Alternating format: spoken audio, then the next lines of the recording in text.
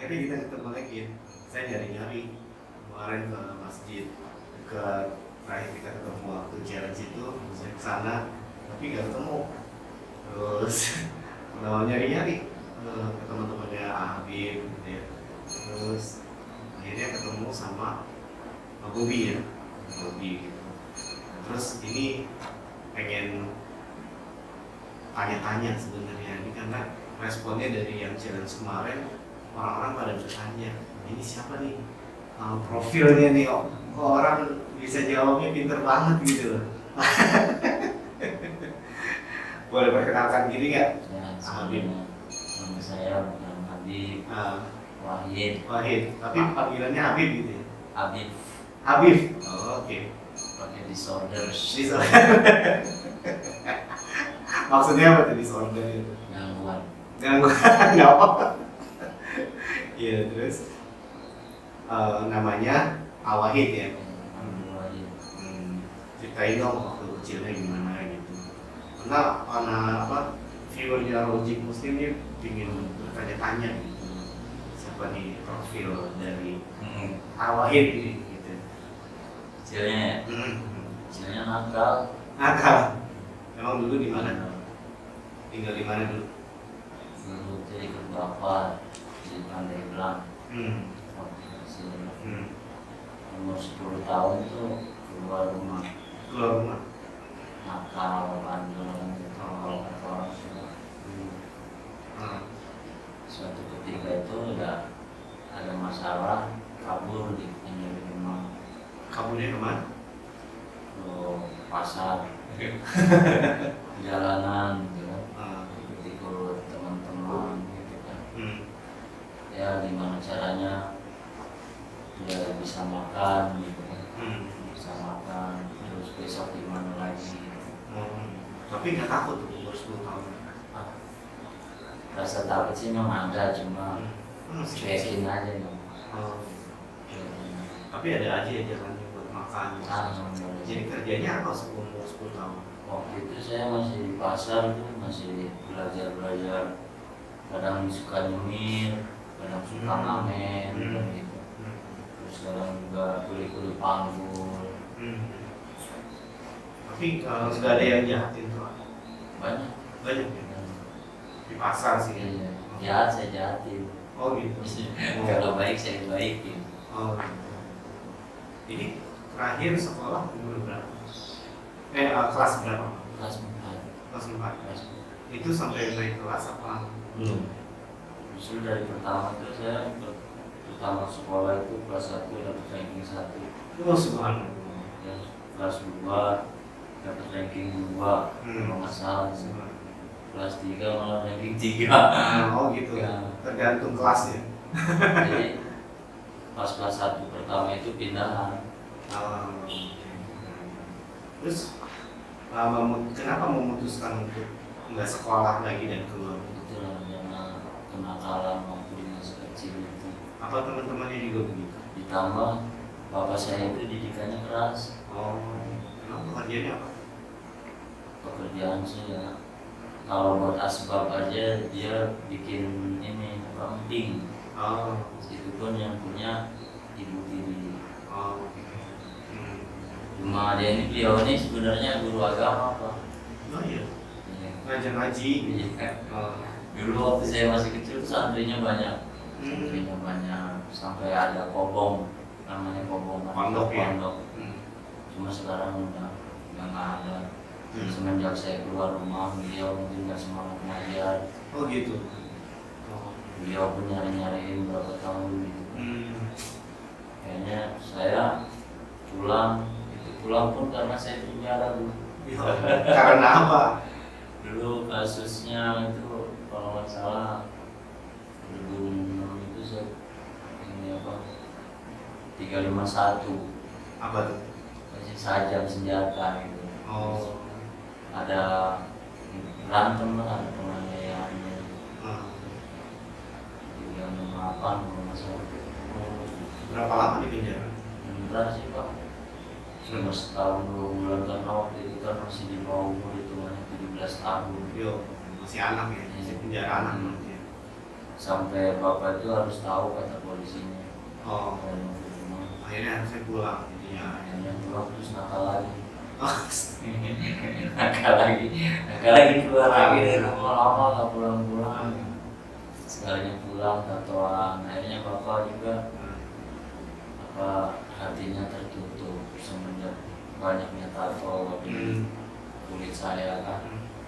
Hatinya tertutup sehingga waktu itu punya perjanjian katanya kalau kamu pulang harus dihilangin tatonya. Oh. Nah sekarang umur berapa mulai punya tato? Pulang mungkin pas di penjara itu sih udah punya tato itu. Jadi umur 16-17. Iya, sekitar. Sebenarnya apa sih motivasinya untuk punya tato? Kenapa pengen punya? Awal tuh saya awal tuh karena depresi itu awal tuh karena kayaknya banyak masalah gitu tapi coba untuk apa sih preman gitu kan, apa sih pengen bebas gitu, jadi pengen freedom gitu. Nah, awalnya gitu, cuma lama-lama kok saya jadi senang gambar. Saya pernah juga di bidang tato juga. Oh jadi ya. Pernah nato waktu itu buka studio di Ramayana Serang. Oh gitu. Mungkin Bapak tahu ya. Iya. Saya. Di situ pernah join tadi teman-teman. Jadi memang sebenarnya lebih ke seni gitu ya. Iya. Senang gitu ya. Iya. Sehingga Allah teman-teman pun saya tatoin. Iya. Jariah juga ya. Nggak tahu jariah yang baik atau yang nggak baik ya. Terus ini semua udah di dalam tubuh tuh. Ya, paling di dalam tubuh nggak seberapa, cuma banyak. Yang pertama di mana? Pertama di tangan ini sebelah sini. Itu gambar apa? Nggak ngerti ini. Gambar tengkorak ya. Iya. Ada luka ya. Kita orangnya nggak nolongin. Harusnya gambarnya suster atau di sana. Terus kalau sini apa nih? Kalau ini rencana mau bikin kayak apa sih? Kayak orang-orang Maori gitu. Oh, Hawaii ya. Iya, cuma yang bikinnya males. Lagi gabut. Karena memang ini ya Pak, rumit ya. Iya, betul. Kayak Dwayne Johnson ya. Semua nggak ada yang beres, kata saya semua nggak ada yang beres. Jadi nggak ada yang benar-benar full Iya. selesai gitu. Karena memang mereka itu awal-awal coba, tapi sekarang udah pada. Ini apa ini maksudnya nih? Pasal 34 ayat 1. Nah, ini nih, Apa ini? Tahun 45. 1945. Oh ini kayaknya undang-undang dasar ya? Iya. Nah. Dulu saya di Jakarta tuh Pak, Nah. melihat orang-orang gelandangan, orang-orang jalanan pada ditangkepin. Terus di sana itu ada kedoya, namanya kedoya panti gitu. Tapi itu pantinya kayak penjara, panti sosial ya? Iya, jadi ada kerangkengnya gitu. Makanya saya ingat pasal itu, pasal dari Soekarno gitu ya, bahwa rakyat jelata itu diamati oleh pemerintah gitu, dipelihara gitu. sama pemerintah. Dan kenyataannya sebaliknya ya gitulah. gitu. Jadi ditangkap malah nggak ada solusi. Kayak pedagang kaki lima pun. Tapi ya saya sih nggak mau bicara politik. Terus akhirnya sampai ke Bogor gini, gimana caranya? Kebetulan teman banyak, sampai mungkin kalau dihitung-hitung lewat media sosial itu udah seluruh Indonesia atau seluruh luar negeri juga teman komunitas. Karena saya di komunitas PAM ya? belajar kehidupan itu di situ sih. Filosofinya sebenarnya apa sih? Filosofinya Apa ya? anak PAM itu apakah, maaf nih ya, karena misalnya banyak tato gitu ya, penampilannya ada piercing gitu kan, sebenarnya apa mereka mengadopsi bahwa hidupnya asal-asalan atau bikin orang takut gitu, atau enggak juga ya, melakukan hal-hal yang tidak diinginkan orang, sebenarnya gitu nggak sih? Enggak, cuma dongeng aja kali ya. Nah ini kan klarifikasi ya, sebagai mantan anak PAM, coba klarifikasi gimana orang-orang mesti tahu seperti apa sih anak PAM itu. Awalnya PAM ini kan emang di India. Jadi yang anti pemerintah, yang nggak mau menganut sistem pemerintahannya gitu. Makanya dia Indian Amerika berarti.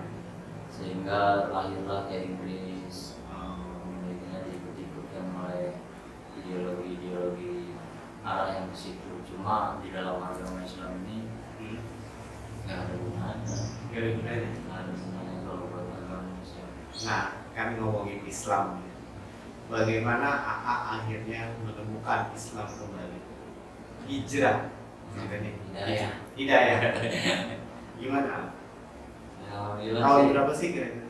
Terakhir tuh masih baru Pak. Kemana ya? Terakhir tuh saya ngerasa saya harus ngapain lagi gitu. Semua udah dilakukan ya. Pengalaman yang banyak duit pernah, nggak punya duit pernah, senang lah macam-macam pernah. Pokoknya hal-hal yang kurang baik. Sehingga saya baik ria pun pernah. Baik ria gitu. Contoh saya bikin bansos gitu kan, tapi itu saya dibikin dokumen terus saya tag-tagging di status gitu. Alhamdulillah. Ya mudah-mudahan bukan ria ya, malah jadi syiar ya. Terus gimana akhirnya ketemu? Alhamdulillahnya sebab dari kejenuhan itu saya di Pandeglang itu kan ada satu tongkrongan. Saya minta peci sama teman, minta peci sama sarung. Saya bilang ke dia itu saya pengen belajar sholat karena waktu kecil itu saya ingat didikan bapak kan. Ya Ustadz itu ya. Jadi ya, jadi ingat-ingat didikan bapak tuh kalau nggak sholat saya suka dipukulin. Kalau nggak ngaji suka dipukulin. Pas ke rumah tahun 2000-an, 2000 ke atas ke sana tuh saya mikir Islam kayaknya keras banget gitu. Faktor mungkin awal dari bapak itu didikannya. Apalagi pemboman tuh kayak di Bali ya kan. Sempat saya itu saya bilang apakah benar gitu ya? Iya, ngapain sih Islamnya apa sih keras banget gitu.